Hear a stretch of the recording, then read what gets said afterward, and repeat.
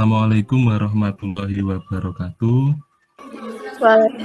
Waalaikumsalam warahmatullahi wabarakatuh. Sebelum kita belajar materi hari ini, saya minta tolong Mas Raka ya, Ketua OSIS ya. Saya beri kehormatan untuk memimpin doa. Terima kasih Pak Sabir atas waktunya. Sebelum kita memulai pembelajaran pada pagi hari ini, agar pembelajaran kita pada kali ini bermanfaat dan juga diberkahi oleh Allah Subhanahu wa taala, marilah kita awali pembelajaran kali ini dengan bacaan Al-Fatihah. Bismillahirrahmanirrahim. Al-Fatihah.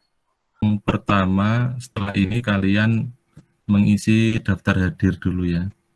Kalian klik di daftar hadir ini. Setelah mengisi daftar hadir, nanti kalian kembali lagi ke room utama di Google Meet ini. Setelah itu untuk mengikuti pembelajaran secara interaktif, nanti kalian klik di kelas poin ini ya.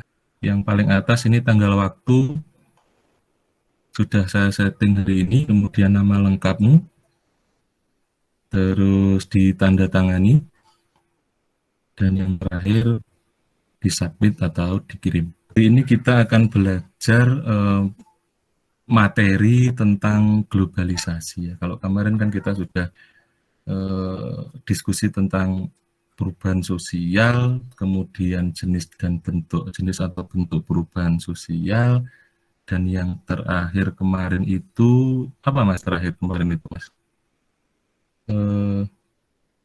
Dampak ya kalau nggak salah ya, dampak perubahan sosial ya, yang kita kerucutkan ke apa namanya?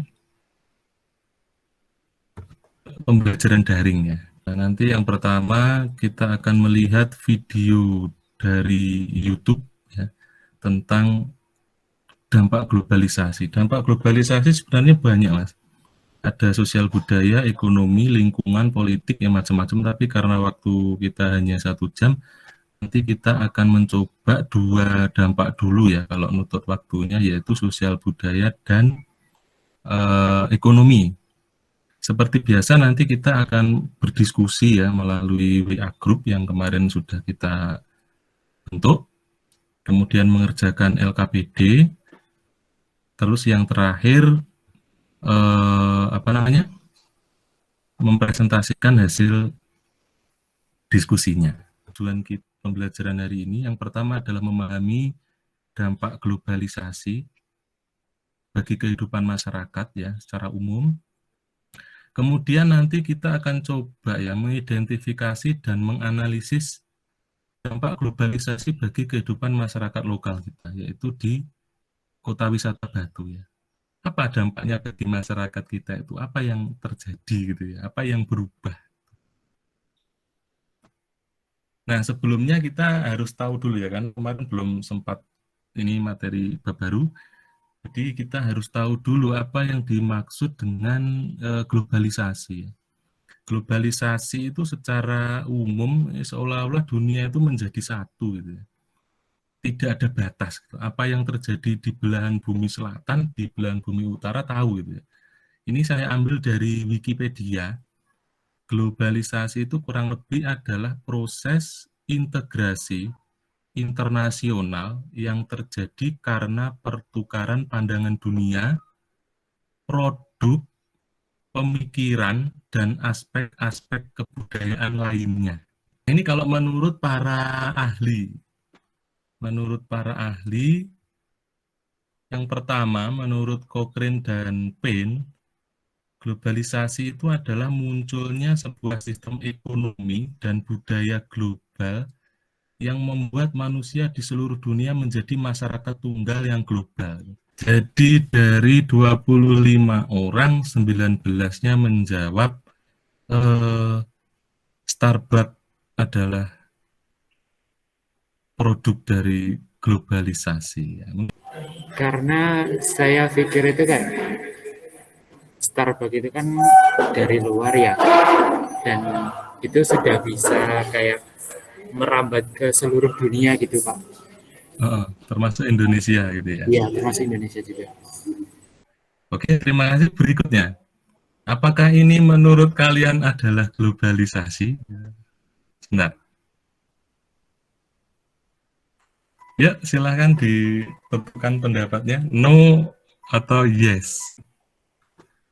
Ini adalah gambar warung kopi barokah.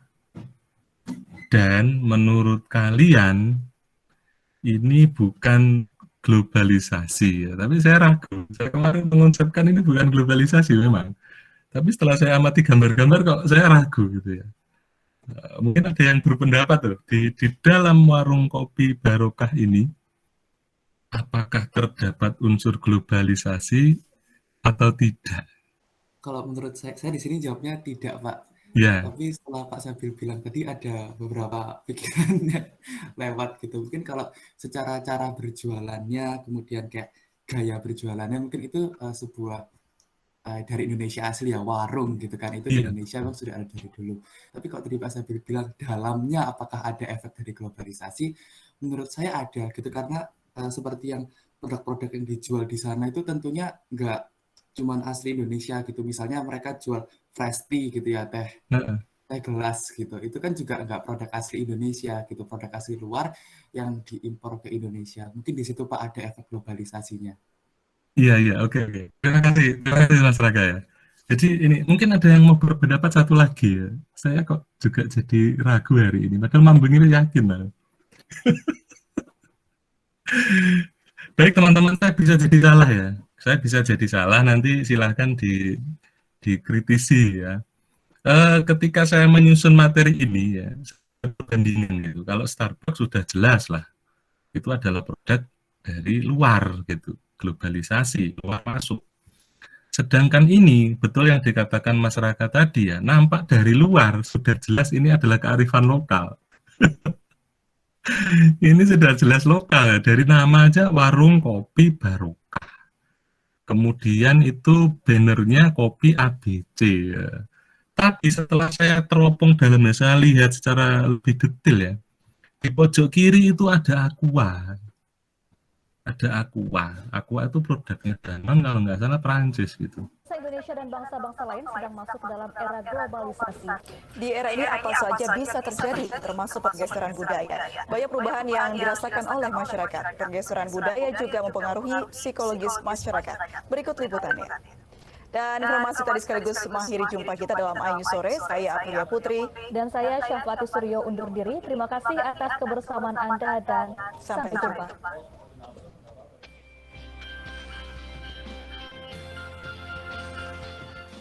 Masyarakat dunia termasuk Indonesia sedang masuk ke dalam era globalisasi. Merunut waktu dalam 5 tahun belakangan ini, kita seringkali mendengar kata globalisasi, baik itu dalam media massa ataupun melalui percakapan sehari-hari. Proses saling mempengaruhi adalah gejala yang wajar dalam interaksi antar masyarakat. Melalui interaksi dengan berbagai masyarakat lain, bangsa Indonesia telah masuk ke dalam era globalisasi. Oleh karena itu, globalisasi bukan hanya soal ekonomi, tetapi juga terkait dengan masalah atau isu makna budaya. Nah, Mas saya ini mencari sumber lain ya, bagus. Dari Wikipedia, eksploitasi.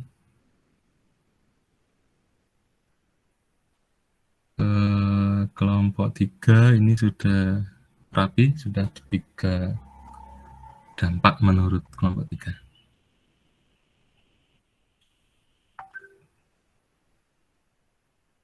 Perubahan dampak negatif sosial budaya di Kota Batu. Perubahan cara berpakaian